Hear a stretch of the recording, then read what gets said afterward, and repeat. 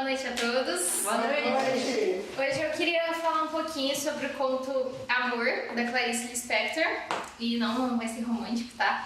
Mas eu gostaria de falar analisando aspectos do conto e alguns aspectos sobre o que eu falei lá, né? Porque eu acho que todo mundo ficou pensando, um cego mascando chiclete, né? O que é isso? Alguém aí conhece esse conto? Alguém já ouviu falar do cego mascando chiclete, não? Tá, então o cego mascando chiclete é a importância de um olhar sobre a realidade, um olhar poético sobre a realidade. Então vamos lá, eu não vou ler o conto inteiro não, que ele é assim, meio grandinho pra ficar lendo tudo agora, mas eu vou ler uns pontos assim mais importantes pra vocês terem noção da história. Tá, Amor. Um pouco cansada, com as compras deformando um novo saco de tricô, Ana subiu no bonde. Depositou o volume no colo e o bonde começou a andar. Recostou-se então no banco, procurando conforto num suspiro de meia satisfação. Os filhos de Ana eram bons, uma coisa verdadeira e sumarenta. Cresciam, tomavam banho, exigiam para si malcriados, instantes cada vez mais completos. A cozinha, enfim, era espaçosa, o fogão enguiçado dava estouros. O calor era forte no apartamento que estavam aos poucos pagando. Mas o vento batendo nas cortinas, que ela mesma cortara, lembrava-lhe que, se quisesse, podia parar e enxugar a testa, olhando calmo o horizonte. Como um lavrador. Ela plantara as sementes que tinha na mão, não outras, mas essas apenas. E cresciam árvores. Crescia sua rápida conversa com o cobrador de luz, crescia a água enchendo o tanque, cresciam seus filhos, crescia a mesa com comidas, o marido chegando com jornais e sorrindo de fome. O canto importuno das empregadas do edifício. Ana dava a tudo tranquilamente sua mão pequena e forte, sua corrente de vida. Certa hora da tarde era mais perigosa. Certa hora da tarde, as árvores que plantara riam dela. Quando nada mais precisava de sua força, inquietava-se. No entanto, sentia-se mais sólida do que nunca. Seu corpo engrossara um pouco e era de se ver o modo como cortava blusas para os meninos, a grande tesoura dando estalidos na fazenda. Todo o seu desejo vagamente artístico encaminhara-se há muito no sentido de tornar os dias realizados e belos. Com o tempo, seu gosto pelo decorativo se desenvolvera e suplantar a íntima desordem. Parecia ter descoberto que tudo era passível de aperfeiçoamento. A cada coisa se emprestaria uma aparência harmoniosa. A vida podia ser feita pela mão do homem. No fundo, Ana sempre tivera a necessidade de sentir a raiz firme das coisas, e isso um lar perplexamente lhe dera. Por caminhos tortos, viera cair num destino de mulher, com a surpresa de nele caber como se o tivesse inventado. O homem com quem casara era um homem verdadeiro, os filhos que ela tiveram eram verdadeiros. Sua juventude anterior parecia-lhe estranha como uma doença de vida.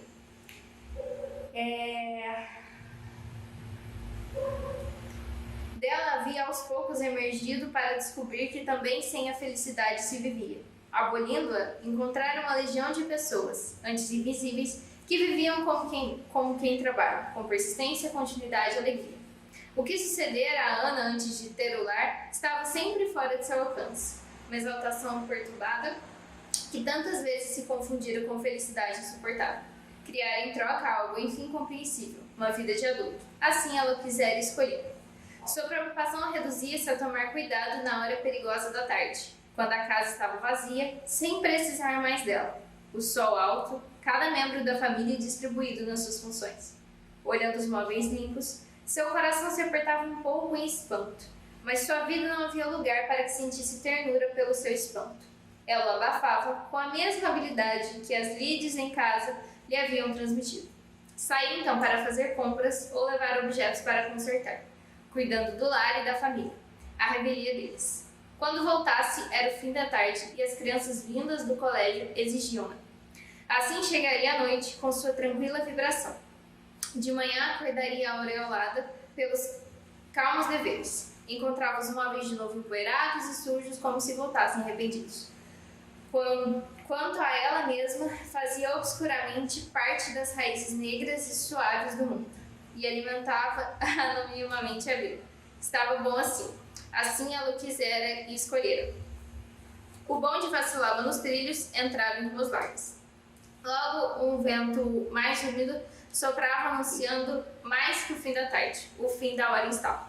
Ana respirou profundamente e uma grande aceitação deu ao seu rosto um ar de mulher. Peraí, rapidão. Aqui. Tá, o bonde se arrastava em seguida e estacava. Até o Maitá tinha tempo de descansar. Foi então que olhou para o homem parado no ponto. A diferença entre ele e os outros é que ele estava realmente parado. De pé, suas mãos se mantinham avançadas. Era um cego. O que havia mais que fizesse Ana se aprumar em desconfiança? Alguma coisa intranquila estava sucedendo. Então ela viu. O cego mascava chicletes. O homem cego mascava chicletes. Ana ainda teve tempo de pensar por um segundo que seus irmãos viriam jantar. O coração batia violento, espaçado. Inclinada, olhava o cego profundamente, como se olha o que não nos vê. Ele mastigava a goma na escuridão, sem sofrimento, com os olhos abertos. O movimento da mastigação fazia-o parecer sorrir e de repente deixar de sorrir. Sorrir e deixar de sorrir, como se ela tivesse insultado. E aí ela vai falando, ela fala assim: ela apaziguara tão bem a vida, cuidara tanto para que esta não explodisse. Mantinha tudo em serena compreensão, separava uma pessoa das outras, as roupas eram claramente feitas para serem usadas, e podia-se escolher pelo jornal o filme da noite. Tudo era feito de um modo que um dia se seguisse ao outro, e um cego mascando a goma despedaçava tudo isso. E através da piedade aparecia a Ana uma vida cheia de náusea doce até a boca. Peraí que eu quero ler mais um trecho e eu já vou comentar. E aí ela tá nesse bonde, né? Ela tá tipo num ônibus assim, e depois que ela vê essa cena, ela desce, ela começa a refletir, e aí ela até passa do ponto, ela desce num lugar, e aí ela vai para um jardim. E aí ela faz algumas reflexões no jardim, e aí ela tá saindo do jardim e ela fala assim: era quase noite agora e tudo parecia cheio, pesado. Um esquilo voou na sombra. Sobre os pés a terra estava fofa. Ana aspirava com delícia. Era fascinante. E ela sentia nojo. Tá. Aí agora quando ela chega em casa.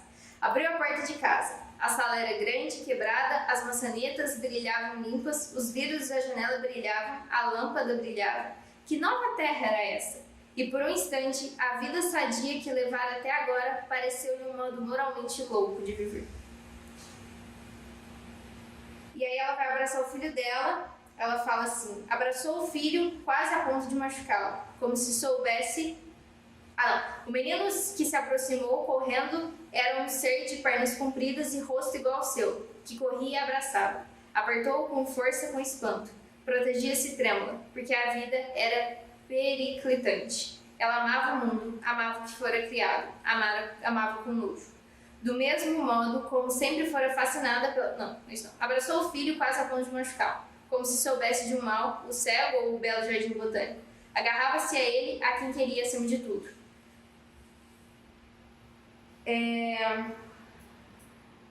Havia lugares pobres e ricos que precisavam dela. Ela precisava deles. Tenho medo, disse. Sentia as costelas delicadas da criança entre os braços. Ouviu seu choro assustado. Mamãe, chamou o menino. Afastou-o, olhou aquele rosto, seu coração crispou-se.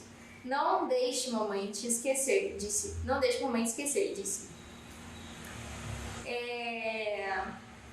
E aí ela estava refletindo sobre tudo que aconteceu no dia, e ela fala assim: não havia como fugir. Os dias que ela forjara haviam se rompido na crosta e a água escapava. Estava diante da ostra e não havia como não olhar. De que tinha vergonha é que não tinha mais piedade. Não era só piedade, seu coração se enchera com a pior vontade de viver. Um cego me levou ao pior de mim mesmo, pensou espantada. Sentia-se banida porque nenhum pobre beberia água nas suas mãos ardentes. Mas era mais fácil ser um santo do que pessoa. Por Deus, não fora verdadeira piedade que sondara no seu coração as águas mais profundas, mas era uma piedade de leão. Tá, beleza. Acho que se tiver mais alguma lei depois. O que é a história, né? Assim, ainda mais eu li pouco, acho que boiou, né? O que tá acontecendo? Então, a mulher, ela era uma mulher comum, né? Uma mãe, uma dona de casa, que tava lá trabalhando. E aí ela foi fazer compras no mercado, e a hora que ela voltou, ela subiu no ônibus lá, no bonde, né? E ela tava lá refletindo sobre a vida, tinha que fazer jantar, né? Sobre as coisas corriqueiras da vida. De repente ela viu um cego mascando chiclete. Uma coisa que a gente tem que entender antes é uma característica da Clarice Lispector. É uma um elemento chamado epifania. Ela usa isso muito nos seus textos. O que é epifania? A epifania é uma revelação a partir de um fato cotidiano.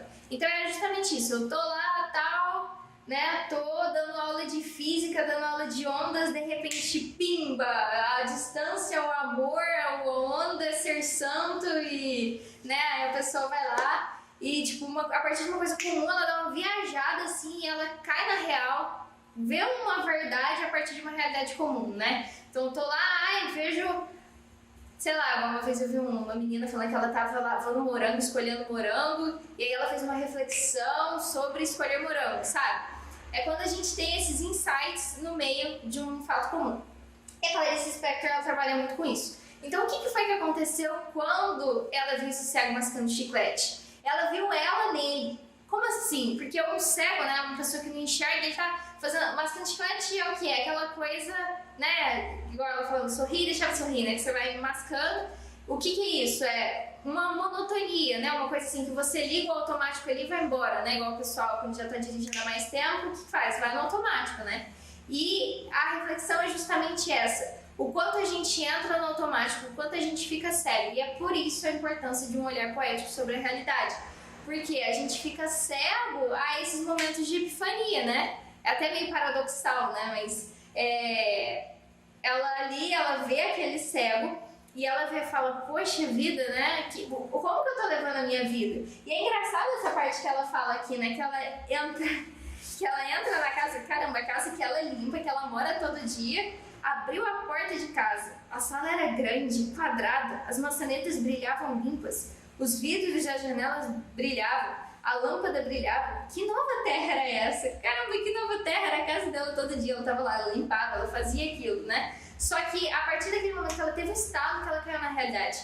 E essa aqui eu achei tão bonito. E por um instante, a vida sadia que levava até agora pareceu de um modo moralmente louco de viver. E assim, quantas vezes a gente entra nesse automático, né? E a gente entra naquela frase, que eu vou ler aqui agora, né, que é uma frase em inglês, que eu não vou ler em inglês aqui não. Ao patinar sobre o gelo fino, nossa segurança está em nossa velocidade. Tá em outro sentido, mas dá pra ver também. Porque quando a gente tá sobre uma pista de gelo fino, né, a gente já viu em filme que quando logo congela, fica um gelo bem fininho, né? Se você para em cima daquilo, não é perigoso aquilo lá cair, quebrar e você cair naquele gelo ali e morrer? Então, qual que é a segurança quando você tá naquilo lá? Só seguir, ir no flow, né? Entrar no flow ali na velocidade, ir no gelo e ir. E quantas vezes a gente pega, liga isso, vai no gelo e vai, e a gente assim não presta atenção em mais nada da vida, né? A gente perde completamente. Até o Padre Paulo Sobral estava falando na missa, né, no final da missa, que quantas vezes a gente está participando da missa de forma mecânica, e não só da missa, né, das nossas próprias orações, ou de tudo na vida, né? A gente vai, acorda, entra naquele ritmo ali, e a gente não para mais para pensar em mais nada, a gente não reflete em mais nada, a gente não presta atenção em mais nada. Então, por isso que a gente precisa virar a chave e ter uma abertura de olhar. Né? E como é que a gente pode treinar o olhar? A gente treina o olhar. Primeira coisa, a gente tem que aprender a olhar sobre a natureza, porque o mundo ele nos comunica algo. A natureza, cada coisa comunica algo para nós. O mundo comunica a bondade de Deus pra gente. E a gente tem que aprender a ver nos sinais da natureza esse amor de Deus, né? Parece uma coisa meio assim, meio panteísta, mas não é isso não. É porque assim, por exemplo, o céu, né? O céu mesmo, né, físico aqui que a gente vê, ele dá a ideia de quê? Ele dá uma ideia de profunda estabilidade. Já pararam pra pensar que não importa o que acontecer aqui na Terra? Tipo, não importa, pode acontecer 1 milhão de assassinatos, pode uma criança nascer, pode uma criança morrer, pode uma pessoa se casar, outra se casar, pode uma pessoa fazer uma prova, pode a outra roubar, pode a outra, sei lá, começar a namorar, pode a outra pintar um quadro, pode a outra beber água. Não importa o que acontecer nessa Terra, o ciclo do céu, ele vai continuar acontecendo? Vai continuar? O Sol vai, né, aquelas 12 horas, ele vai nascer no outro dia. 24. O que eu falei? 12? Perdão. Vai dar as 24 horas, ele vai nascer de novo, vai vir a Lua vai seguir as suas fases independentemente do que aconteça aqui. Então o céu é essa presença, né, esse símbolo, que o símbolo ele é a presença de algo, né? Então, o céu é esse símbolo dessa presença de quê? De estabilidade, né? os ciclos da natureza, tudo isso nos indica estabilidade. Uma árvore, né? Existem árvores aí que estão aí há 4.000 anos, símbolos de fortaleza, de persistência. Até muita gente fala dessa comparação do coqueiro, que quando bate o vento ele entorta, né? E assim, quantas coisas a gente pode aprender apenas observando a natureza? E assim, a gente tem que ter esse olhar simbólico, né? Há quanto tempo a gente às vezes não olha para o céu, não vê a lua, não presta atenção nas coisas? Tem até um exercício interessante você pegar e ficar olhando por 3 minutos um elemento da natureza. E tipo, só olhando pra ele e vendo o que aquilo te comunica, o que aquilo te traz. Então fica 3 minutos, pega, sei lá, uma árvore, fica olhando pra ela por 3 minutos. Vai parecer que a gente não comunica, não. Fica olhando a árvore por 3 minutos e vê o que ela te comunica. Isso vai dando uma abertura pro nosso olhar, uma abertura pro nosso espírito, e a gente começa a descolar um pouco e a ver as coisas de forma mais transcendente, né? Porque assim, às vezes a correria do dia a dia é tão grande assim, que até nas nossas orações a gente não consegue tanto contato com a transcendência, né? Mas esses pequenos momentos a gente consegue. Acho que eu já comentei aqui algumas vezes, às vezes eu pareço um pouco louca, eu tô no mercado assim, de repente eu abstraio assim e falo assim, caramba, eu começo a olhar para as pessoas e falo assim, gente, caramba, tem pessoas aqui, pessoas diferentes, e Deus conhece cada uma delas. Tipo, elas têm virtudes, defeitos, e Deus conhece cada uma delas, e Deus criou cada uma delas pro céu. Elas têm potências, elas têm possibilidades. E assim, a gente tem que olhar, ter essa abertura de olhar não só para a natureza, para perceber essa bondade do mundo e treinando o nosso olhar, mas também para a gente ter a capacidade de ter um olhar sobre o ser humano. Porque a nossa visão hoje em dia ela é muito reduzida do ser humano. A gente não tem muita noção do que o ser humano pode ser para cima, nem tanto para baixo, né? Então, quando a gente tem acesso à vida dos santos, por exemplo, a gente tem muita noção do que o homem pode ser para cima. E quando a gente vê esses casos aí, dos grandes, sei lá, Hitler, Mussolini, Stalin, a gente vê essas pessoas, a gente vê o que o ser humano pode ser para baixo, né? Assim, os níveis de maldade e de bondade que a gente tem do ser humano. E a literatura ela ajuda muita gente a ampliar essa visão sobre o ser humano e também nos ajuda a ter esse olhar poético. É interessante que tem um momento aqui que ela fala que ela queria viver... Peraí, deixa eu só achar aqui rapidão. Ela tá em casa pensando... Aqui, ó. Não havia como fugir. Os dias que ela forjara haviam se rompido na crosta e a água escapava. Estava diante da ostra e não havia como não olhá-la. De que tinha vergonha é que já não era mais piedade, não era só piedade. Seu coração se enchera com a pior vontade de viver. Aqui é uma certa ironia, né? Esse pior, tipo assim... Ou seja, ela se encheu de vontade de viver, ela falou, tipo, opa, o que eu tô fazendo, né? Olha a magnitude da vida humana. E a gente vai entender o que Clarice Lispector pensa sobre viver quando a gente vê um outro trechinho que ela fala assim: mas há a vida que é para ser intensamente vivida. Há o amor, que tem que ser vivido até a última gota, sem nenhum medo, não mata. Eu estava vendo uma análise, eu achei interessante, de uma outra menina que chama Clarice Scofield. Ela estava fazendo uma análise sobre esse trechinho aqui da Clarice, e ela fala assim, né, o que é esse viver intensamente? Vida louca, tal, altas drogas e sexo e rock and roll. Não é isso o viver intensamente que a Clarice quis dizer, porque ela fala aqui, ó, ela fala assim, ó, mas há a vida que é para ser intensamente vivida. E aí, de certa forma, ela explica na frente o que é isso. Há o amor, que tem que ser vivido até a última gota. Algumas pessoas, né, que fizeram análises da obra da Clarice Lispector falam que ela quis dizer com essa última gota, o que ela quis dizer? Ela quis dizer com o Cristo, né, que foi a expressão máxima do amor, que derramou sua última gota de sangue por amor a nós, né, derramou até a última gota de sangue de água por amor a nós. Então, o que ela quer dizer com esse amor? O amor, amor, amo vocês, coisa linda, carinho, afeto. Não, é a entrega real de fato da nossa vida, entrega para o serviço, entrega amorosa de fato, generosa, que a gente dá, né, que a gente se dá a vida, sem nenhum medo, não mata. Né? E o que ela fala aqui? Que você fala assim, não, mas matou, né? Porque ele deu ele seu sangue e matou. Só que na verdade ele ressuscitou, né? Ele deu a vida. Então, quando a gente se aniquila, né? Quando a gente se faz, acho bonita essa expressão, se faz um tapete para que as pessoas possam pisar macio, quando a gente faz isso, a gente parece que a gente está se destruindo, mas na verdade não, a gente está aumentando a nossa vida. Por quê? Porque a gente está aumentando a nossa virtude, né? A gente está se ampliando como ser humano, se ampliando as possibilidades do que um ser humano pode ser, para ser humano de verdade. E então essa importância, né, da gente parar e da gente não só, né, analisar mais a natureza para ter essa abertura de olhar, um olhar simbólico para as coisas, perceber mais assim, um sentido mais poético da vida. A gente tem esse olhar para o ser humano e a gente, assim, é tão complexo, né? Quando a gente começa a estudar, né? Eu comecei a ver muito essas coisas da psicologia humana, de certa forma, assim, principalmente com as coisas que eu fui vendo do Ítalo, né? E não só, mas que a gente vai vendo o estudo dos temperamentos, o estudo das duas camadas da personalidade, e a gente vai, né, vai aprofundando. E assim, os tipos de sofrimento, né, que ele falou numa live, e a gente vê o tanto que é complexo, né? Às vezes a gente bate o olho numa pessoa, numa situação, numa fala que ela falou pra gente, numa coisa que ela fez pra gente, mas se a gente for ver, é tudo tão mais complexo por trás, assim, sabe? E a gente tem essa abertura com amor, sabe? O próprio conhecimento dos temperamentos, ele é pequeno, mas ele já ajuda a gente pra caramba, né? A gente vê ali uma pessoa, por exemplo bobo. O meu instrutor da autoescola, ele é totalmente fleumático. Tipo, totalmente fleumático. E ele não elogia por nada desse mundo, né? Eu sou colérica. Colérico trabalha como? A partir de estímulos, né? Tipo, isso, parabéns, muito bom, entendeu? E assim,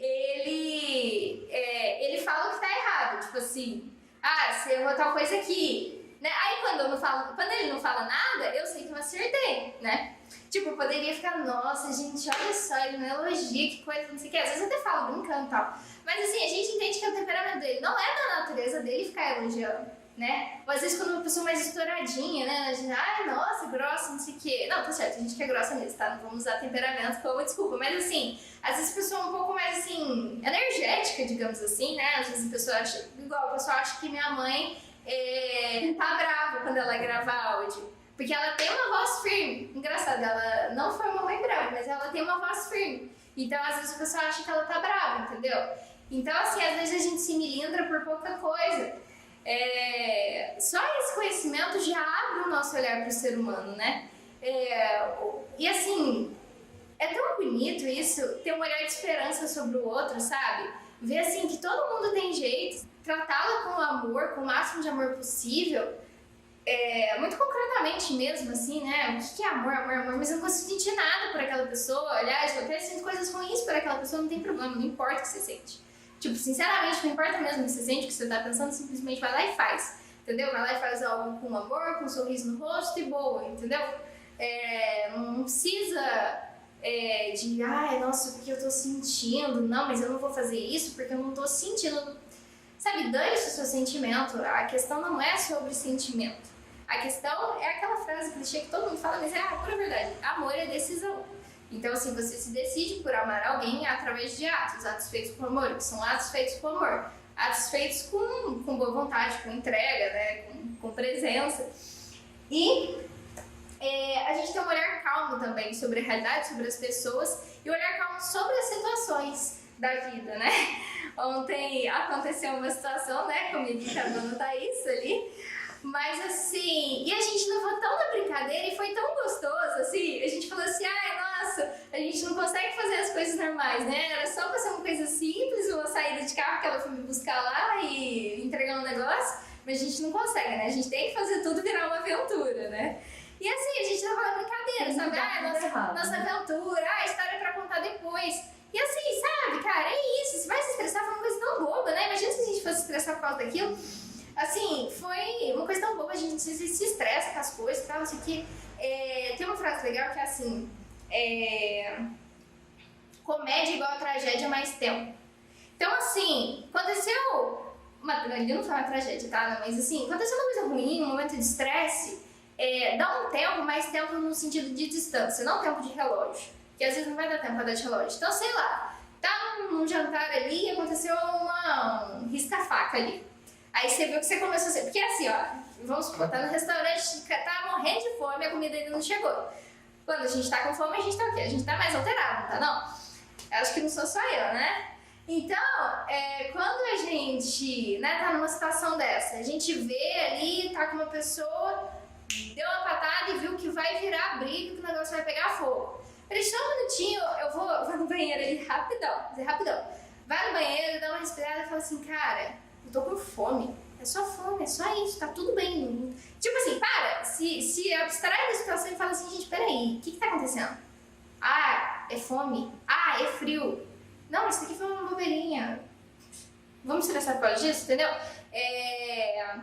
Porque às vezes a gente se estressa, né? Eu me estresso às vezes por pouca coisa, depois a gente olha, pra que eu me estressei por causa disso, né?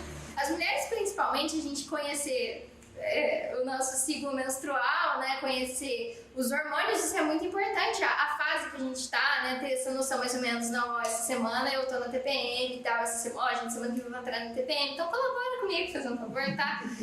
A gente fala, TPM não é desculpa, tá, beleza, não é desculpa, mas então pede ajuda pra pessoa, assim, sei lá, não fica de graça semana que vem não, que, né, não vou estar muito legal da cabeça, né, tá meio louca da cabeça, então dá uma ajuda aí, cara, né, colabora, né, não fica provocando, entendeu? E assim a gente vai levando a vida com mais leveza, com mais tranquilidade e com um olhar mais poético sobre a vida e sobre as pessoas principalmente. E assim, a gente... uma coisa interessante. Nós perdemos essa capacidade... tem uma história, né? Na mitologia antiga, existia Cronos, né? Que era o deus Cronos lá. E ele era casado com eu ia falar com a Geleia, mas não é Geleia. Tipo, na minha colinha, como é que ela chama? Eu não anotei. Mas é tipo... Geia, acho que é Geia. Alguém sabe? Não? Acho que ela era casada com Geia. Não é Geleia, não. Mas é que é Geia. E havia uma profecia de que um filho dele tomaria o trono dele. E aí ele saía comendo os filhos dele. Tinha um filho e comia o filho. Tinha um filho e comia o filho. E aí um dia a Geia ficou cansada, né? Tipo, não quero que come meus filhos. E aí ela pegou um dia e enrolou uma pedra num paninho e entregou pra ele fingindo que era bebê. E aí ele comeu, que ele já tava indiferente, aquilo tudo comeu, aquela pedra achou que fosse o filho dele. E aí esse filho dele era Zeus. Zeus, em uma batalha, né, em um confronto contra Cronos, ele vence Cronos a partir do seu raio, né? O que representa o raio? O raio representa a luz. Então, havia um estado de desordem, que era o estado da época do Cronos. Havia uma desordem no mundo. E aí, Zeus vem com a luz da sua inteligência e traz a ordem. Só que é uma ordem, e ele pega e faz o quê? Ele divide o mundo. Vênus vai cuidar de tal coisa, Dionísio de tal coisa, Apolo de tal coisa, fulano de tal coisa, Canaã. Tá. Aí depois, vem a ideia de Sócrates. Quando Sócrates chega e fala assim, opa, peraí, eu acho que não é assim não, cara. Tipo assim, Vênus tá lá de mau humor e aí eu brigo com a minha mulher, não faz muito sentido. Parece que isso não condiz muito com a realidade. E aí ele começa a perceber justamente isso, que existe uma ordem na realidade e que a verdade ela pode ser encontrada na realidade e que não é uma coisa tipo subjetiva, que Vênus sentiu, o que Apolo fez, entendeu? E aí ele começa a perceber essa capacidade do mundo de demonstrar a partir do próprio mundo, né, a realidade. Só que o que aconteceu? Veio a Idade Média, né? E assim, quanto mais ordem tem no mundo, né, mais você consegue perceber essa harmonia e essa realidade. Então, por exemplo, você chega no museu, tem uma obra de arte lá, uma estátua. Você não precisa fazer nada, ela simplesmente vem até você pronta e você pacificamente a recebe. Né? Você não precisa agir, você não precisa fazer nada. Só que quando veio a Idade Média, né? Veio as construções góticas, que foi o auge da harmonia, né? Existia, eu não sei falar aqui da arte gótica, mas foi o auge da harmonia, as catedrais góticas, os escritos góticos, tudo. E aí veio o renascentismo. O renascentismo pegou o mundo no máximo da ordenação dele pós Adão e Eva. E aí, porque o mundo era totalmente ordenado, né? Quando Adão e Eva pecou, pimba, desfez toda a harmonia do mundo. Mas aí o mundo foi caminhando, até chegou bem no auge, que foi ali na Idade Média, que foi quando teve esse ordenamento na arte gótica, beleza? E aí, quando o Renascimento pegou, E em vez dele olhar e falar assim, olha só que interessante, gente, povo inteligente, eles viram a ordem no mundo e representaram a partir das artes. Eles fizeram o contrário, falaram assim, opa, olha só essa amarada tudo, gente, que beleza, olha só, foi eles, foi a força humana que fez uma coisa tão ordenada assim. E aí o renascentismo vai e coloca o homem no centro do mundo. E aí, a partir de então, o homem começa a regredir. E aí ele começa